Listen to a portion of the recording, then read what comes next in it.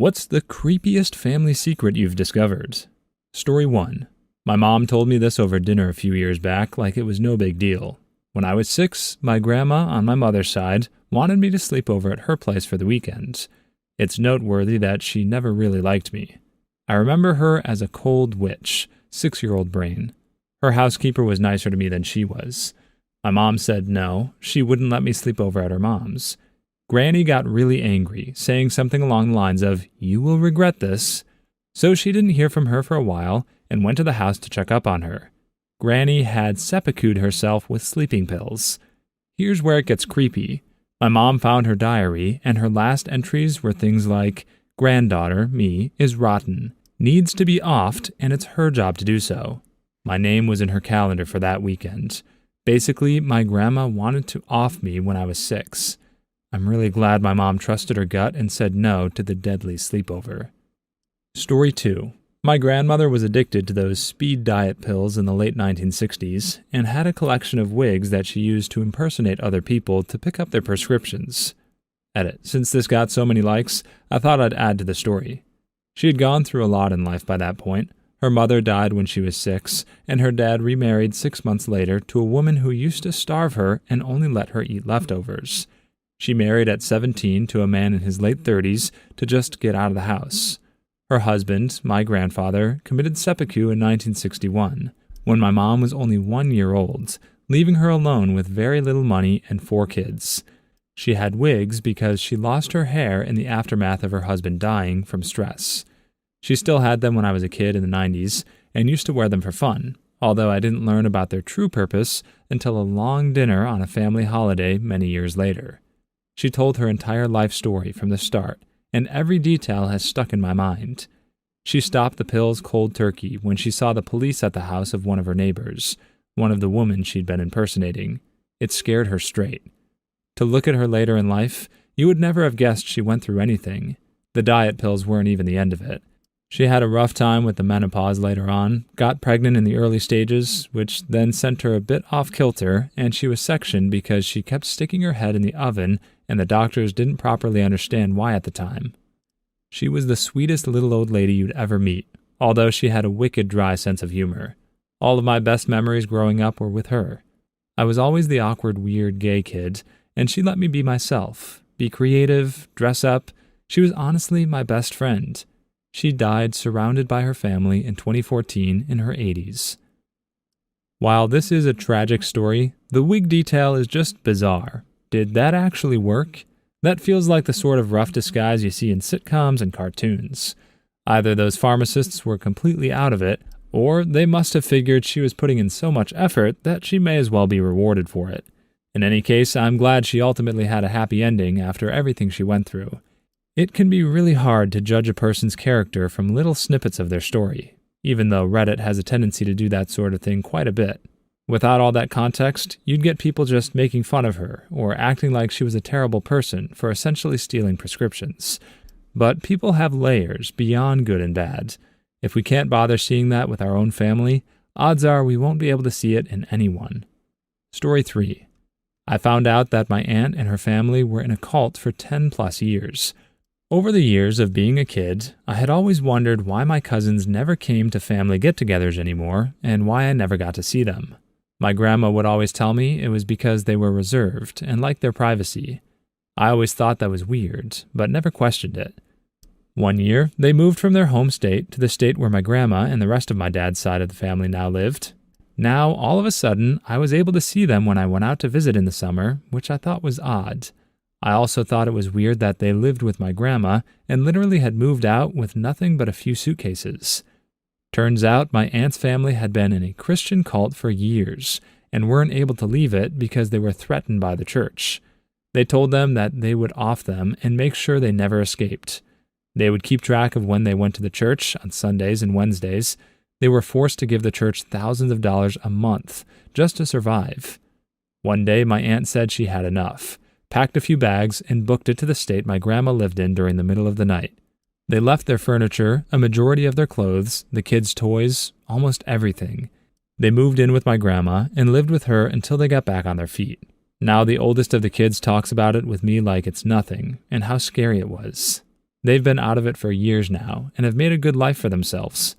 I'm very happy they can move on from what happened. Story 4.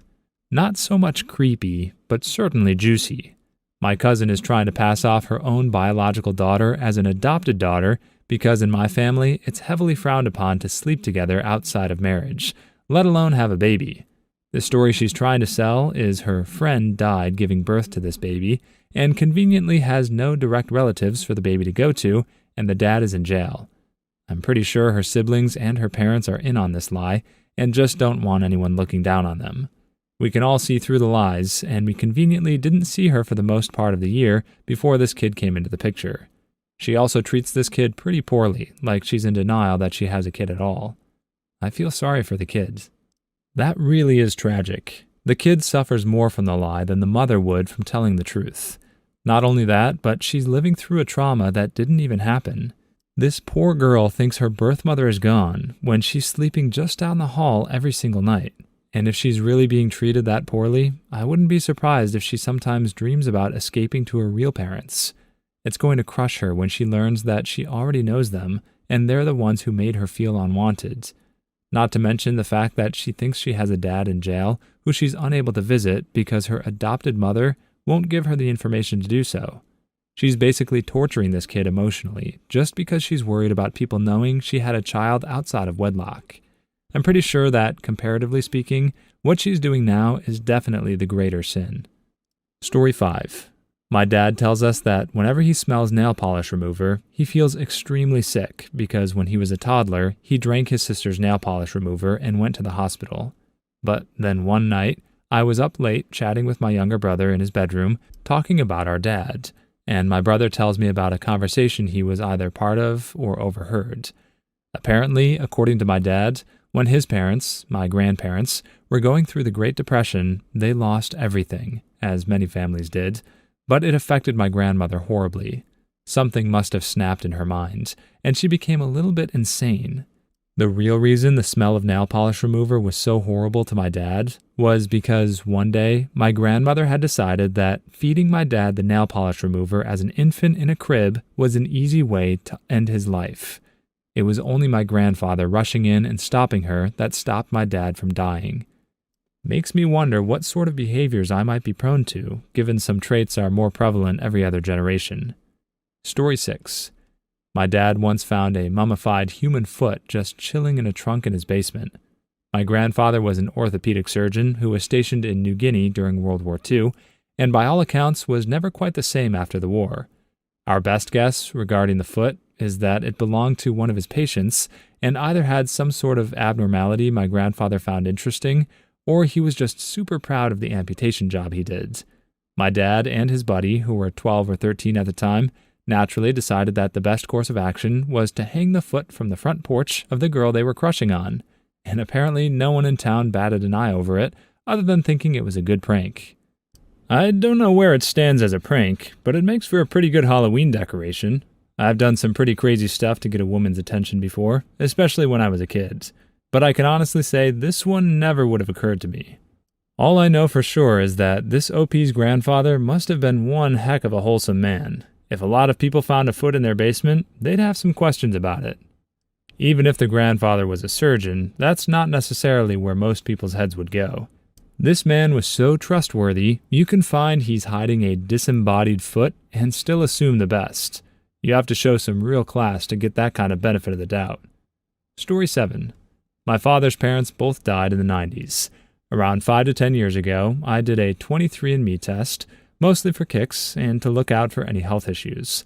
Last year, I was contacted by someone through the service who was trying to find blood relatives because both of her parents had been adopted as infants, and we had a pretty strong genetic connection. Long story short, my grandfather had an affair in the 1950s and fathered twins. My aunt and uncle were pretty floored to find out they have half-siblings. My father died 4 years ago, so he never knew. To get even weirder, my mother grew up with these twins after they had been adopted. She was friends with my father's half-sibling decades before she married him. Story 8. I never tell people this family secret, but it weighs heavy on me, and I have no idea why on earth my mother told me this in the first place. Apparently, when my mother was 12, she walked in on her mom getting busy with a super young guy, and my mother developed a crush on this guy who would have been about 20 at the time. Well, this guy hangs around both my mother and my grandmother and then proceeds to knock up my mom when she's 18. I've never told my dad I know this about him. I mean, he hung around my mom when she was a teenager while also banging my grandmother who would have been in her 30s. I don't know if he groomed my mother or just waited until she was of age. He married my mom for a few years, and I have a brother. My grandmother is dead now, but I kind of wonder if that's why she never really liked me. Maybe she only saw my father in my face. It's pretty weird and messed up in my opinion. Story 9. My grandpa, my mother's father, ended his first wife's life. My great-grandmother tried to off my grandma, my mom's mother, several times when she was still a child. My mom had an affair with her sister's husband. My dad's life ended because of a wrecked car. I'm pretty sure my grandfather ended the life of my grandmother. This is based on the fact that women rarely use a gun for seppuku, that the whole family subsequently fled the state, leaving everything they owned behind because they were in such a hurry, that there had been domestic violence in the marriage, and that my grandfather traveled separately and left his daughters with his mother for a while. I'm assuming so he'd be harder to track. Back then, you could escape the law by crossing state lines pretty easily. But the family story was that she did it to herself. I've never seen one family tree work so hard at sawing off its own branches. When a previous OP said something about worrying what kinds of traits might skip generations, I thought they were being melodramatic. I figured there's obviously no way that sort of thing could run in the family, but here we are. Every time I think Reddit's done giving me nightmares about the human condition, someone comes out of left field with a story like this. I do want to challenge the belief that you could easily escape charges like that just by crossing state lines, but I have no idea. Especially when the rest of the family ran away to save their own hides instead of staying to chat with the police. It makes the whole thing kind of a cluster. Now I'm starting to worry that OP from earlier really might try to off their own childs. I wonder what that looks like on a Punnett square. Story 10. Not necessarily creepy, but my grandpa was, as my mom put it, a major man-horse back in the day. His first two kids, my aunts, are from his first wife. His next kid, my uncle, was with a 14-year-old girl. He spent time in prison for that one.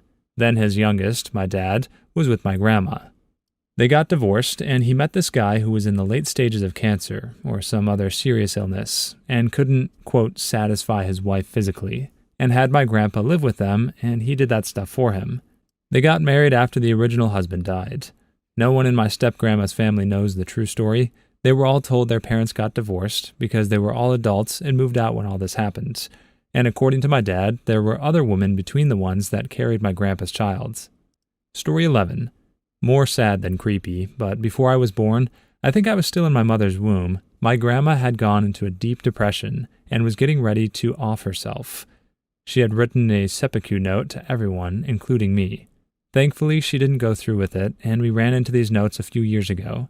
I read a note she wrote to me, and it pretty much talked about how sorry she was that I'll never get to meet her and stuff. Despite the fact that she didn't go through with the seppuku, it really made me emotional. She's now happily out of that nasty depression, though. But honestly, she is the best granny any grandchild can ever ask for. Pretty much a second mother to me. After my dad died, my granny has been the second parent in this house. My mom goes out of the city to work, and my grandma takes care of the house while my mom is gone. I'm so glad this woman is still with us. Story 12. My mom told me this when I was probably 14, though it happened a few years before this. I found out that her sister's husband, my uncle by marriage, was in prison and would stay there for a long time. It came out that he had forced himself onto my cousin, daughter to my mom's brother, when she was younger and had been doing it for a while. She had gained the courage after many years of this to tell her parents, and he was arrested. It's been maybe 5 years since my mom told me, and he's still going to be in prison for a long time. My cousin is an adult now, and she's doing much better from what I heard, and is happy with her life now. That's good that the cousin is doing well, but we can also never take that for granted. That sort of thing messes people up for years, and how they look on the outside never fully reflects what they're going through internally. And it's different for everyone. Some have issues trusting others, while some trust too easily. Some fall into deep depressions, while others become manic in an effort to prove they can still control their own emotions. Some will seem like they're doing really well, when in reality, They're just grateful because they realize they managed to go the day prior without thinking about it. I'm not saying we shouldn't believe the cousin is happy with her life. I hope she is. But if we assume a person has gotten over something like this, we might start blinding ourselves to the smaller signs that they still need support. Story 13. That my aunt, my dad's sister, had an affair with the brother of her husband, and when he found out, he hanged himself. And after his death, they both harassed the wife of the brother so much that she drank poison and died. They lived happily ever after. Edit, just to make it simpler for everyone, aunt is A. A married to husband, H. H has a brother, B, who has his own wife, W. So A sleeps with B, A is cheating on H, and B is cheating on W. H finds out, hangs himself. A and B torment W, who is B's wife. She offs herself too. Now both cheated on partners are dead, and the two cheaters, A and B, live happily ever after. Am I the only one who followed that story perfectly at first, but then got confused when the OP started giving everyone single-letter names? Tip for anyone who ever writes a Reddit story, do not use one-letter names. A can be Agatha, H can be Harry, B can be Bertha, and W can be Wombat. I actually normally go in and change those myself, and then the comments on the video make me feel bad about the names I chose when they question why any parent would name a child Wombat. So I'm letting you see for yourself how annoying the single-letter thing is. I assume there will be no further criticisms when the name Wombat arises in the future. It's not my fault there are literally no other names that begin with W. Story 14. I always thought I was born of an affair between my parents, who were both married to other people at the time. Last year, my grandmother told me that, in fact, my dad and his first wife wanted a son, but had a daughter. They tried to buy my mom's son, my older half-brother, from her, but my mom wouldn't sell. Instead, they agreed to give my mother $10,000 to have another baby. The deal somehow fell through after my dad had gotten my mom pregnant. My dad went to prison and got divorced from his first wife, and the first wife tried to steal me from the hospital.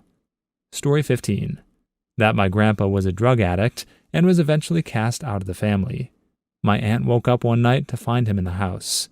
Talking to a real estate agent, he snuck in and tried to sell their house while they were asleep. He also double mortgaged their house, so he basically got all my nan's income. When my nan tried to move the family away from him, she realized she had almost no money due to this. Bank director said it was okay because men are supposed to control the bank account. She was stuck there because of him, and he was leeching off their money, and there was nothing she could do about it. Story 16. My grandfather had a literal crazy aunt who lives in the attic. His father's sister had some sort of mental illness, and they were apparently worried about how that would look for the family. So they locked her in the attic of his boyhood home, Jane Eyre style, and basically just kept her fed and otherwise ignored her. I found out about this when he briefly mentioned it a few years ago, like it was an entirely normal thing to do with a family member. What a thing to just casually drop on someone. I really hope this OP doesn't have any mental health issues of their own. If so, I'd walk on eggshells around that family. Last thing you want is to show a bit of mania and wake up in the attic one day. But I'm honestly more concerned with where exactly these people lived. Were they out in the middle of nowhere? Because I can't imagine someone going quietly when you're trying to lock them in the attic. If this was in any kind of residential neighborhood, then the family's neighbors must have been supernaturally dedicated to staying out of other people's business. I mean, I don't even know what my neighbors look like when I can avoid it. But I'd hope I would at least think to make a few calls if I heard the endless screams of a woman they were holding captive upstairs. Story 17. My grandma and her 9 siblings are very close. So when they each got a call saying a family member had died and they had inherited a large sum of money, they thought it was a scam. Turns out their very strict and religious father had a secret affair and an additional child, Marie. Well, Marie, now in her 80s, had passed away. So had her husband. They had no children. So the closest relatives were my grandma and her siblings. And that's how 10 religious people in their 70s and 80s learned their dad had cheated on their mom, and they had a half-sister they never got to meet. Story 18. My dad secretly named me after his one true love, not my mother. She was 12, he was in his late 20s. He told me the first bit when I was in my 20s, which was bad enough. When he died, I inherited his papers and stuff, and found out the rest, which, to be honest, I could have happily lived without knowing. Apparently, he was staying on and off at Greenhaven. Marion Zimmer Bradley's sort of artist/pedophile commune, and he had named me after one of the victims in that whole crap show. She does look very similar to my mom, and therefore to me. Guess he had a type. Story 19. After my uncle died of a heart attack a few years ago, it came out that he was the leader of a swinger cult thing. His wife and 5 kids had no idea, and I think his wife is still in denial. Whenever his kids go to clean off the grave, at least initially, I don't think it's happened lately, there are usually adult toys on it that they have to throw away. Not super creepy, but definitely a crazy curveball. I just want to point out the subtle implications here that the deviant cult members are visiting his grave more often than the children. Say what you want about that lifestyle, but they seem to really care about one another. I'm not really into all that, but I wouldn't mind having the odd pair of handcuffs on my grave if it at least meant that someone had been visiting. And if the kids really haven't cleaned it off in a while, that grave must be littered with toys by now. I don't know precisely what goes down in heaven, but it's sweet to think he's up there, handcuffing an angel to her harp and going buck wild on her for all eternity. Not everyone gets such a wholesome afterlife. Story 20. A few years ago, one of my dad's cousins did one of those DNA kits. A few weeks later, she was contacted and told that there were several close relatives in their database that aren't listed on the family tree she made. It turns out that my great-grandfather faked his death in a life insurance scam, and then started a new family on the other side of the country. He never got in contact with my great-grandmother or his children with her, my grandfather and his sister. It's kind of crazy because he only passed away a few years before this all came to light. Imagine finding out that your great-grandfather had actually survived, only to immediately find out in the very same breath that he had recently passed away. That must have been one serious case of emotional whiplash. Story 21. I'm not sure if creepy is right, but in ways it is. My great-grand-uncle fought in World War II. He never talked about the war, ever. Like ever. His wife knew nothing of it, and she was married to him when he went off to war. Well, we found out after he died, at his funeral, that he was highly decorated. We found out some of his war stories, and one included that he was shot and thrown into a mass grave, presumed to be dead by the Germans, and 2 days later crawled out like a bad butt. Story 22. My great-uncle, by marriage, had a one-night stand after high school that resulted in a pregnancy and baby girl. When he met and eventually married my maternal great-aunt, she made him lose contact with his daughter. My mother's cousins have no idea they have an older half-sister. My mother only knows because my grandmother told my mom while she was drunk, and my mom told me while she was drunk. If I learned something like that, I'd be on a mission to get everyone in my family as drunk as possible. It's apparently this family's kryptonite, or rather the closest they have to a truth serum, and heaven knows what else they might be hiding. Waste no time, OP. Bust out the bottles and host a family reunion. You're about to spill so much tea, it'll make the Boston Harbor incident look like a glass of Lipton. Story 23. My parents are directly responsible for at least 8 deaths due to workplace accidents over the years. Indirectly responsible for probably hundreds more, thanks to family interests in chemistry and mining. Grandparents on both sides were also more than a little helpful to the Nazis during World War II, resulting in a lot more deaths over time on our side and a lot more money to the family coffers. Story 24. My aunt and uncle had their oldest daughter lobotomized because she was probably a bit mentally ill and was very combative with them, and was in her teens and becoming interested in sleeping with men. This was in the late 1960s. My father never spoke to his brother again over this. We had no contact with them whatsoever when I was growing up. My mom and dad told me what happened a couple of years ago.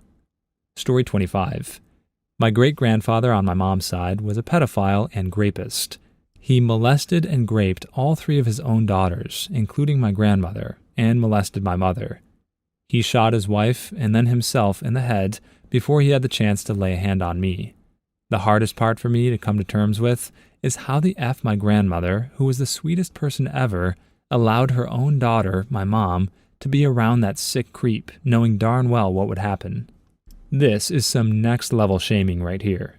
I mean, I do understand the sentiment and where it comes from. It's not hard to sympathize with. But it's not hard to sympathize with the grandmother either. On one hand, it seems natural that she'd instinctively protect her daughter from the nightmare that she went through, but this OP said themselves that the grandmother was horrifically abused as a child, It's a little presumptuous to hold such a person accountable for making the decisions that you, a person who hadn't been through their ordeal, believe you would have made in similar circumstances. Even those who have been through it don't necessarily get to speak for what effects it can have on somebody else. The effects are so wide-ranging, they border on infinite. We don't even really know the circumstances of how he got his hands on OP's mother, so let's not assume the grandmother was playing with a full deck, or that she was in complete control of the situation, and instead maybe just breathe a sigh of relief that the guy can't hurt anyone anymore, even if that unfortunately meant he took an innocent person out with him. Story 26. This isn't about my family, but my friend's. Her grandparents were staying over at her house, and so was I. Her mom called me into the kitchen and said that the grandfather might try to get my number and that I should never give it to him. I pretended to throw up and went home. Edit. Yeah, my friend was okay. She hardly ever saw him. Story 27. This isn't necessarily super creepy to me, but when I tell people, they sometimes think it is. When my great-great-grandfather was younger, he ended up losing, I think it was like 7 or 8 fingers over the years. I think he lost 2 or 3 in the war somehow, then he lost the rest in an accident. But the ones he lost in the accident, he saved in his jar. Pretty much his thought process was that if he saved them, he could be buried with them and presumably be whole in the afterlife. Story 28. I'm a descendant of one of the families from the Donner Party, the Murphy family. I told one of my history teachers in high school, and she told me easily the most unsettling thing someone has told me. Those people your ancestors ate are still inside of you. That makes no sense at all, but it was so creepy to hear. What a bizarre thing for a teacher to say. Was she messing with this OP, or was she going for some kind of weird quantum physics thing where we all have bits and pieces of each other inside of us at all times? Because that's a pretty far-fetched and complex concept to introduce to a high school class, especially when you're a history teacher, not a science teacher. I'm sure it was a pretty shocking moment, so I get being a little bit speechless, but it baffles me that this OP didn't ask any of the hundreds of follow-up questions that teacher deserved after making a statement like that. Story 29. My grandma had 6 children. I always thought my oldest uncle looked and acted different from the rest of the siblings. When I was 24, I found out he didn't share the same father as the rest of them. But that isn't the juiciest part. His real dad is my grandpa's brother. Story 30. My cousin Eric died of AIDS-related cancer. He never told anyone about a partner, and he died essentially with no contact with anyone outside of his family. I was maybe 8 when he passed, and I don't think I met him more than once. He was only in his 20s. Story 31. Not really a well-kept secret, but one of my cousins was/is a neo-Nazi. It's safe to say, no matter how bad I mess up my life, I'll never be the black sheep in the family. Story 32. My great-grandmother was a victim of Stockholm Syndrome, and everyone treated her like she had this fairy tale marriage. Story 33. This one is sad, but I'll sum it up quickly. My grandmother passed late last year, and her eldest son, my uncle, relied heavily on her for money because he would often blow all his money on gambling. We all knew my grandmother wanted to be buried back in her home country, and in our culture, the eldest son is the one to handle all this stuff. So the responsibility landed on him to go to the homeland and make sure my grandmother is buried and all the working papers are done correctly. My grandmother also has land in her name that automatically went to him and his brothers and sisters. My grandmother wasn't even buried yet, and he sold the land, took the money, did God knows what with it, and lied to the entire family about what he was really doing. They all know now and have cut him out. He's screwed. Well, at least he's just a regular kind of jerk.